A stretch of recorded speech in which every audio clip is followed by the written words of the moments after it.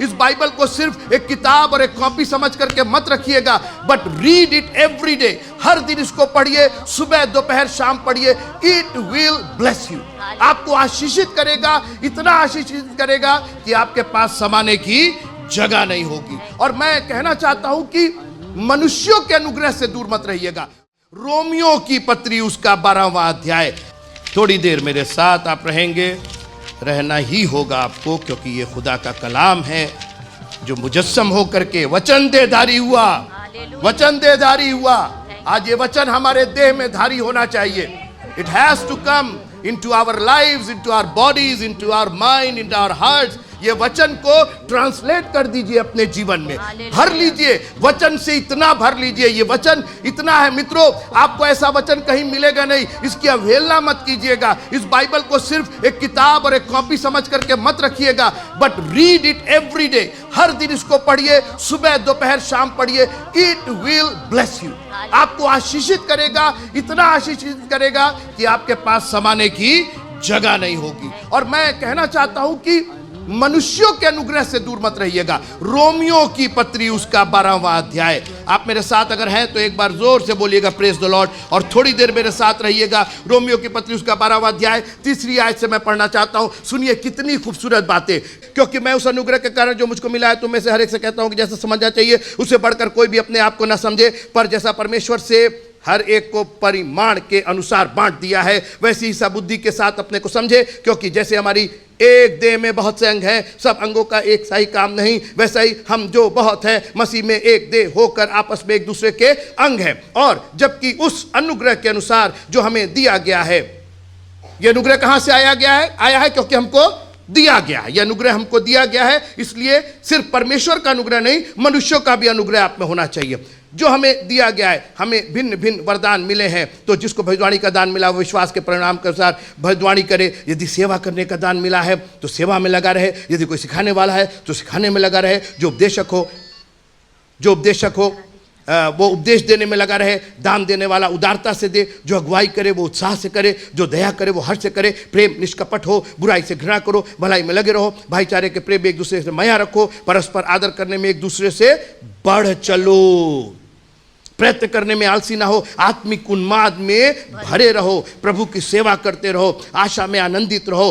क्लेश में स्थिर रहो, प्रार्थना में नित्य लगे रहो, पवित्र लोग को जो कुछ अवश्य हो उसमें भी उनकी सहायता करो, पहुनाई करने में लगे रहो, अपने सताने वालों को आशीष दो, श्राप न दो, आनंद करने वालों के साथ आनंद करो और रोने वालों के साथ रो, आपस में एक सा मन रखो, अभिमानी न हो परंतु दीनों के साथ संगति रखो, अपनी दृष्टि में बुद्धिमान न हो, बुराई के बदले किसी से बुराई न करो, जो बातें सब लोगों के निकट भली हैं उनकी चिंता करो, जहां तक हो सके तुम अपने भरसक सब मनुष्यों के साथ मेल मिलाप रखो।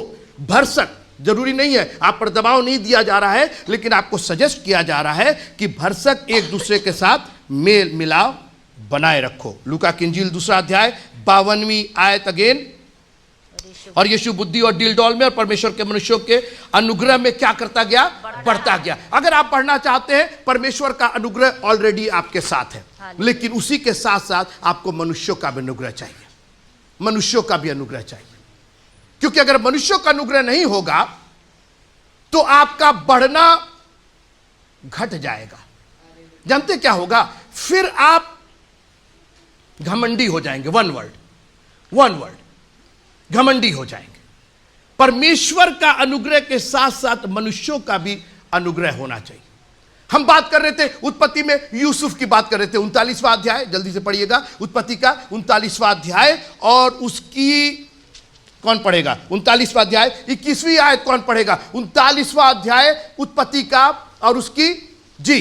पर यहोवा हाँ यूसुफ के ठीक संग रहा, बिल्कुल ठीक, और उस पर करुणा की हाँ, और बंदीगृह के दरोगा की, और उस पर करुणा की। देखिए, जब परमेश्वर का अनुग्रह आप पर होता है तो मनुष्यों का भी अनुग्रह आप पर होता है। यह वन वे नहीं है।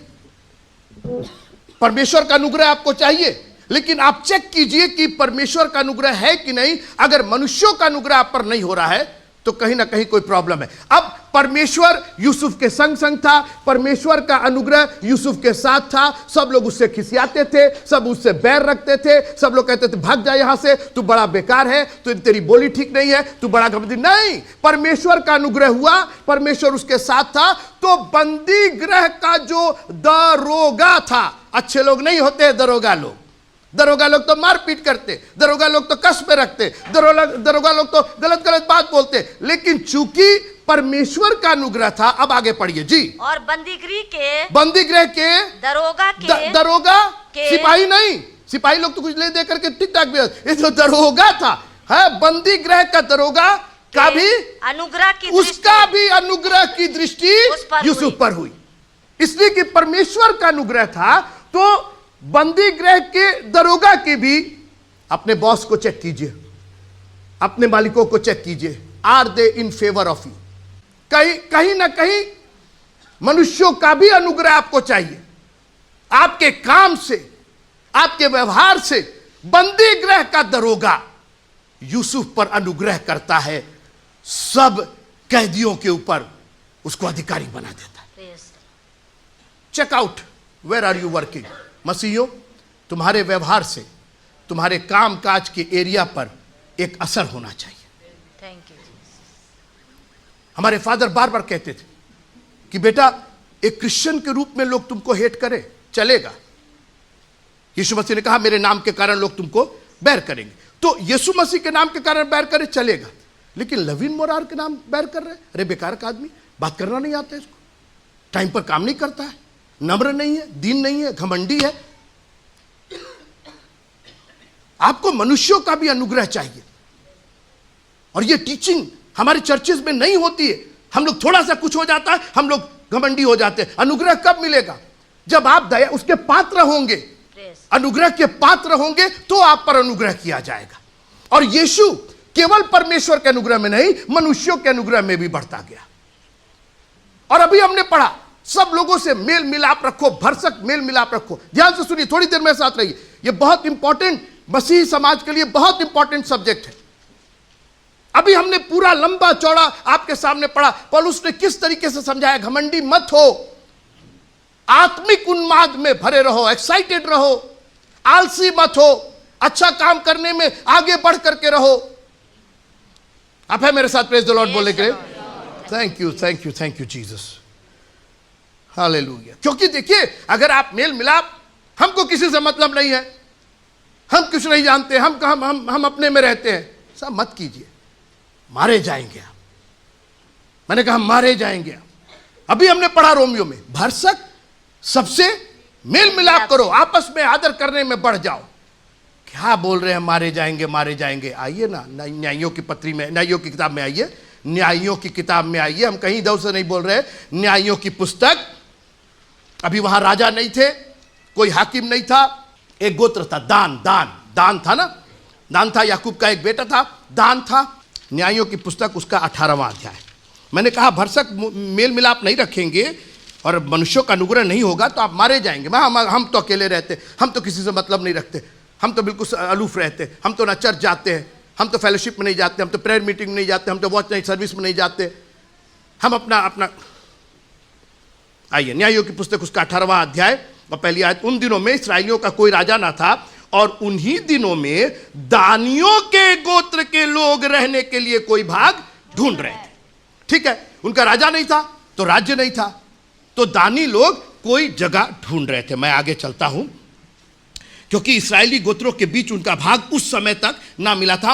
हम तो पुराने नियम की पुस्तक देख रहे हैं, सब आपको जानना चाहिए। पुराने नियम नहीं जानेंगे तो नया नियम समझ नहीं पाएंगे, लूका 2:52 कभी समझ ही नहीं पाएंगे, कि परमेश्वर के अनुग्रह तक ही रह जाएंगे, मनुष्यों का अनुग्रह समझ ही में नहीं आएगा। आपको नए पुराने नियम में जाना ही पड़ेगा। ठीक है, उनका भाग अब तक ना मिला था, क्यों नहीं मिला था ये हम कभी बाद में देखेंगे। तब दानियों ने अपने सब कुल में से 5 शूरवीरों को, देखिए 5 का पहले ही जिक्र हो गया, 5 शूरवीरों को सोरा और एश्ताओल से देश का भेद लेने के लिए और उसमें देखभाल करने के लिए भेज दिया। अब यहां तक हम, लॉन्ग स्टोरी शॉर्ट, मैं नीचे पढ़ रहा हूं, 7वां पद। अब है मेरे साथ? Praise the Lord. तब वे 5 मनुष्य चल निकले और लैश को जाकर, एक जगह थी लैश, वहां के लोगों को देखा कि सिदोनियों की नाई निडर, बेखटके और शांति से रहते हैं। क्या कह रहे थे? निडर, बेखटके और शांति। भैया बड़ी शांति। हम तो दूर रहते, चर्च नहीं जाते, बड़ी शांति। हाँ, हम तो पीस चर्च से नहीं जुड़े, हम तो दशवांश नहीं दे। मनुष्यों के अनुग्रह में भी बढ़ना है आपको। अभी सुनते रहिए आप। ठीक है, शांति से रहते कितने दिन रहोगे? और उस देश का कोई अधिकारी नहीं है जो उन्हें किसी काम से रोके। और ये सिदोनियों से दूर रहते थे और दूसरे मनुष्यों से कुछ व्यवहार नहीं रखते थे। घमंडी थे, हमको कोई मतलब नहीं है, हम अपना खाएंगे पकाएंगे अपना रहेंगे। देख रहे भैया, अभी आप सुनते रहिए। भाई तो निडर रहते थे, बेखटके रहते थे, दूसरे मनुष्यों से, आसपास जो लोग थे उनसे कुछ व्यवहार नहीं रखते थे। अब आप आइए 27वें पद पर। भरसक, हम अपने विषय से नहीं हटे, हम अनुग्रह की बात कर रहे हैं। भरसक हर मनुष्य से क्या रखो? मेल मिलाप रखो, व्यवहार रखो, मिलजुल करके रहो, जितना भरसक, जितना रख सकते हो। ठीक है, पापियों के मार्ग में नहीं खड़े होना है, ठट्टा करने वालों की मंडली में नहीं बैठना है, उससे दूर रहिए। लेकिन Christianity is a very balanced religion, बहुत ही बैलेंस है। तराजू का जो पल रहा है ना, वो बिल्कुल बैलेंस है। आपको पापियों के मार्ग से बचाती है, ठट्टा करने वालों की मंडली से बचाती है, लेकिन एट द सेम टाइम आपको यह भी कहती है मनुष्यों से मेलजोल रखो, भरसक मेलजोल रखो, अपने आप को कम जानो, परस्पर आदर करने में एक दूसरे से बढ़ जाओ। वो आए तो बैठे हुए हैं आप, आगे सुनिए। और वे मीका के बनवाए हुए पदार्थों और उसके पुरोहितों को साथ ले लैश के पास आए, जिसके लोग शांति से और बिना खटके रहते थे, और उन्होंने उनको तलवार से मार डाला और नगर को आग लगाकर फूंक दिया। अब इसकी वजह क्या थी? अगर मेल मिलाप करते आशु भाई तो हम आते आपके साथ खड़े होने के लिए, लेकिन आपने तो मेल ही मिलाप नहीं रखा। अब उसकी वजह, कैसे फूंक दिया, कैसे मार डाला, कैसे तलवार, कैसे अटैक कैसे हो गया? 28वां पद इसलिए हो गया जी, क्या क्या क्या कहता है? पढ़िए। और कोई बचाने वाला ना कोई था। बचाने वाला ना था, कोई बचाने वाला नहीं था, क्योंकि वो सिदोन से दूर था और वे मनुष्यों से कुछ व्यवहार नहीं रखते थे। Don't miss the fellowship. Church से आपको जुड़ना ही होगा। अरे मैं तो आता हूं, मेहमान के समान आता हूं, एक संडे आता हूं, 2 संडे, तो ठीक है, जब जरूरत पड़ेगी तो हम भी एक संडे आएंगे, 1-2 संडे गायब हो जाएंगे, आपको भी तो जरूरत पड़ेगी कभी। अरे नहीं, हम लोग तो बड़े बेखटके और निडर और आराम से रहते, जिस दिन मुसीबत आ जाएगी ना उस दिन पता चल जाएगा आपको। ये लैश के लोग जो थे वो बेखटके रहते थे, निडर रहते थे और दूसरे मनुष्यों से कोई व्यवहार नहीं रखते थे। एक दिन जब अटैक हो गया तो नगर भी फूंक दिया गया, सब तलवार से मारे गए, क्योंकि कोई बचाने वाला नहीं था। आपको मनुष्यों का अनुग्रह चाहिए, ताकि रात में जरूरत पड़ जाए आपको तो एक कॉल करे, पाजी साहब मेरा बच्चा बीमार है, मेरी बच्ची बीमार है, मेरे घर में ये हो गया, मेरे वो घर में, आपकी मदद की जा सके। आपको व्यवहार करना ही पड़ेगा, क्योंकि यीशु परमेश्वर और मनुष्यों के अनुग्रह में बढ़ता चला गया। आप परमेश्वर के अनुग्रह में तभी तक बढ़ सकते हैं जब तक मनुष्यों का अनुग्रह भी उसके साथ साथ चलता रहे। और बाइबल बार बार कहती है कि आपको मनुष्यों का अनुग्रह होना ही पड़ेगा। पुराने नियम में कई जगह पढ़िएगा, नीति वचन, नीति वचन ने लिख दिया, सुलेमान ने क्या लिखा? नीति वचन, और उसका 3 अध्याय 4 आयत, कौन पढ़ेगा जल्दी से? जी सिस्टर, और आपके तू परमेश्वर, और तू परमेश्वर और मनुष्य, नहीं, उसके पहले पढ़िएगा, जरा एक पद पहले पढ़िएगा जी। कृपा और सच्चाई हाँ, तुझसे अलग ना होने पाए। सुनिएगा, कृपा और सच्चाई तुझसे अलग ना होने पाए जी, वरन उनको अपने गले का हार बनाना। कृपा और सच्चाई, आप कृपालु हैं, आप सत्य हैं, आप सच्चा बोलते हैं क्योंकि आप परमेश्वर का वचन पढ़ते हैं, परमेश्वर का वचन सच्चा है, तो कृपा और सच्चाई तुझसे अलग ना हो, उसको अपने गले का हार बनाना जी, और अपनी हृदय रूपी पटिया पर लिख लेना। ठीक, और तू परमेश्वर, हाँ, तब तू परमेश्वर और किसका? मनुष्य दोनों का अनुग्रह पाएगा जी। सिर्फ अगर कृपा और सच्चाई तुझसे अलग नहीं होगी, उसको आप अपने हृदय रूपी पटिया पर लिखेंगे, गले का हार बनाएंगे, तो परमेश्वर का अनुग्रह तो मिलेगा भी, मनुष्यों का भी अनुग्रह मिलेगा। यीशु बुद्धि, डील डॉल, परमेश्वर और मनुष्यों के अनुग्रह में बढ़ता गया। आपको जानना पड़ेगा कि ये मनुष्यों का अनुग्रह आएगा कैसे। रोमियो की पत्री जो हमने पढ़ा अभी 12वां अध्याय पढ़ते रहिएगा, कहाँ कमी हो रही है।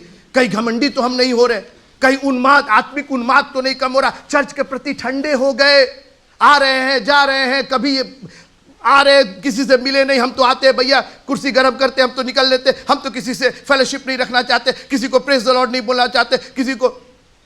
ऐसा मत कीजिए, कहीं मारे ना जाए आप दूसरे मनुष्य। ठीक है, अपने आत्माओं को पहचानिए, अपनी हद रखिए, अपनी सीमा रखिए, लेकिन भरसक हर मनुष्यों से मेलजोल रखिए। हालेलुया। मुझे याद है जब मैं इस कॉलोनी में आया, अकेला मसीही में, सारे नॉन क्रिश्चियन लोग, लेकिन अपने व्यवहार से मैंने बना रखा था सबसे।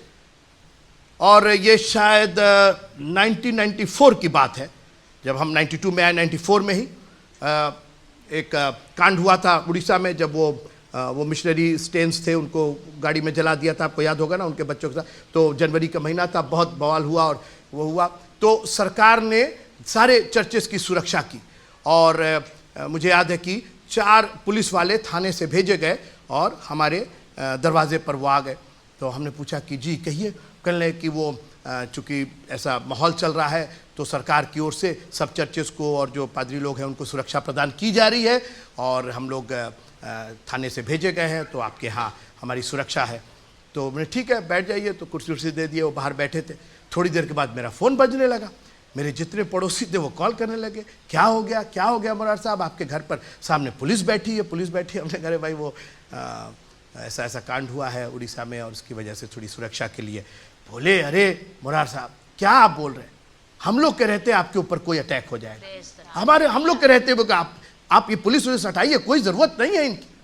और मुझको भी समझ में आया, फिर मैंने जाके कहा भैया ये चाय पानी का पैसा लीजिए, जाइए आप लोग चौराहे पर रहिए, यहाँ हमारे घर के सामने ज़रूरत नहीं है।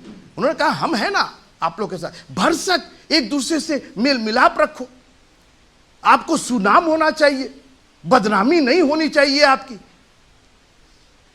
आप अपने विश्वास पर स्टैंड रहिए। आप पूछिए इलार के लोगों से, हमारे फादर 40 साल तक उस नॉन क्रिश्चियन गांव के सरपंच रहे, प्रधान रहे, लोग उनको चुनते थे, भरसक मेल मिलाप रखते थे, कभी उन्होंने कॉम्प्रोमाइज नहीं किया अपने फेथ से। संडे के दिन कई बार नेता लोग आते थे, अधिकारी लोग आते थे, ये करना होगा, बोले कर लीजिए आप, हम चर्च छोड़ करके नहीं जाएंगे। और आज तक मुझे याद कभी उन्होंने चर्च नहीं छोड़ा, सब काम हुआ, उनके सरपंची के भी काम हुए और वो अकेले क्रिश्चियन प्रधान थे पूरे यूपी में एक टाइम में, और लोगों ने उनको सेलेक्ट किया था। मुझे याद है मैं कई बार हंसता था, पीठ पीछे, हम लोग तो छोटे बच्चे थे, तो गांव के लोग क्या क्या बोलते थे हमारे फादर के खिलाफ, क्रिश्चियन होने के नाते ये प्रचार करते, ऐसा करते वैसा। लेकिन जब मैं अपने पापा के साथ गांव में जाता था तो वही लोग जो क्या क्या बोलते थे वो खड़े होकर के सलाम करते थे। हम कहे देखो ये सलाम, क्योंकि वो भरसक मेल मिलाप करते थे। मसीहियों आपका आस पास में नाम होना चाहिए, पड़ोसियों में नाम होना चाहिए, मनुष्यों का अनुग्रह होना चाहिए। परमेश्वर का जब अनुग्रह रहेगा तो परमेश्वर आपको मनुष्यों का भी अनुग्रह दिलवाएगा। कोई है मेरे साथ प्रेज द लॉर्ड बोलने के लिए? भजन संहिता 112 और 5 पढ़ के हम खत्म करना चाहते हैं। भजन संहिता, यीशु बुद्धि, दिल डौल, परमेश्वर और मनुष्यों के अनुग्रह में बढ़ता गया। जी, जो पुरुष अनुग्रह करता, ओ तेरी के, परमेश्वर नहीं, कैसे होगा? मैं आखिरी खत्म कर रहा हूं। यह अनुग्रह होगा कैसे?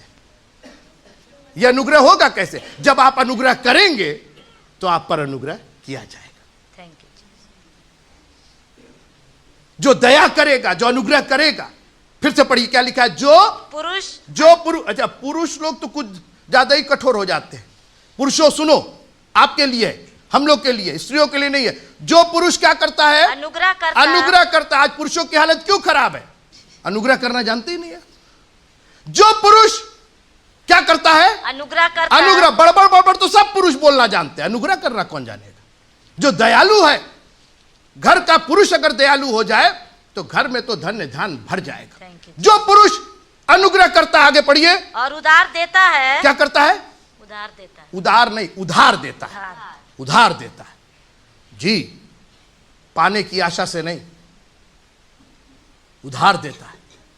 ले जाओ, कोई लिखा है कि कोई तुम्हारा 1 मील लेकर के जाए, 2 मील जाना उसके साथ। 1 कुर्ता ले ले, 2 कुर्ता दे दो उसको, साड़ी के लिए नहीं लिखा है।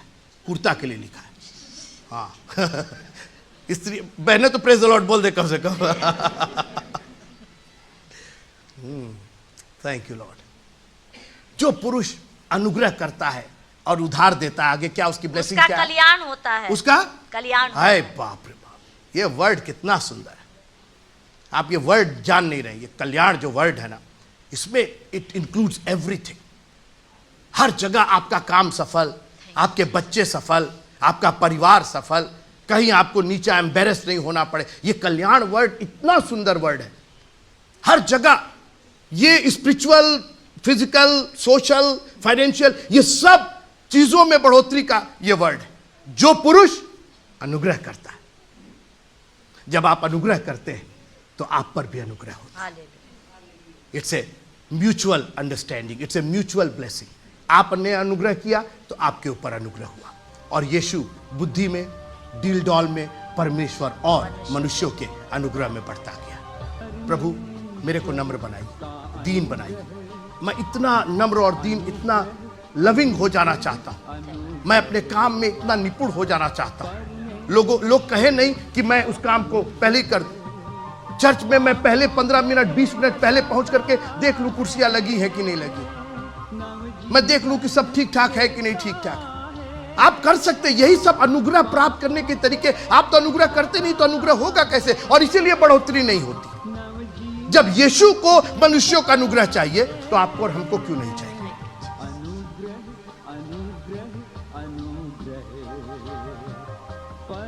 जब आप अनुग्रह करेंगे तो आप पर भी अनुग्रह